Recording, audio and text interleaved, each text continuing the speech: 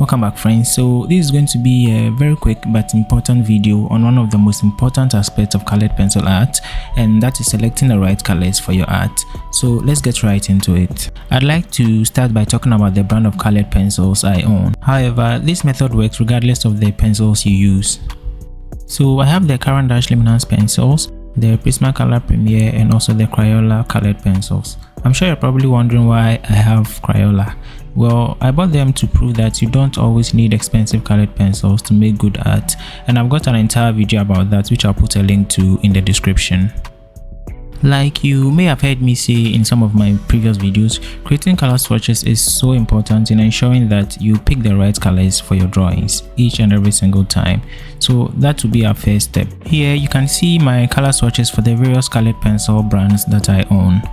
Now, one common beginner mistake is to rely on the casing of the colored pencils as the true color of the pencil, but that is not always the case. Some also rely on the color of the lead, but once again, that is not a good way of assessing how the color would actually look when you start using them. And I'll do a quick demonstration with this pencil from the Crayola set. Now, look at the tip for a second. It looks quite dark, but look what happens when I actually create a color swatch.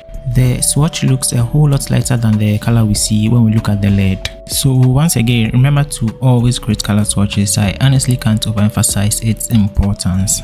Now, step 2 is to use a color picker to isolate the colors you see in your reference image so that you can compare these colors to your swatches in order to choose the best match.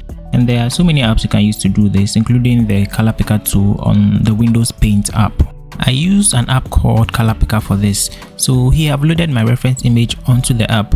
Take note of this little sort of target icon here. Now look at this section here at the top, the rectangular bar. This displays the color of the reference image depending on where the target icon is. So as I move the image around, you can tell the color bar at the top changes based on where the icon is, helping to isolate the exact color at that region of the reference photo. Now step 3 is to simply compare the colors isolated by your color picker to the colors on your swatches in order to pick the right colors for your drawing. Now all of this makes the color selection process very easy and actually fun if you ask me. However, there are a few things to take note of. The first is that you may not always have the color in your reference matching the ones in your swatches, but there would always be that one color that is close enough, and it is perfectly fine to use this color. The color match does not always have to be 100% correct. Also, if you cannot find the color in your reference in your swatches, you can always combine 2 or more colors to create a color that is close enough.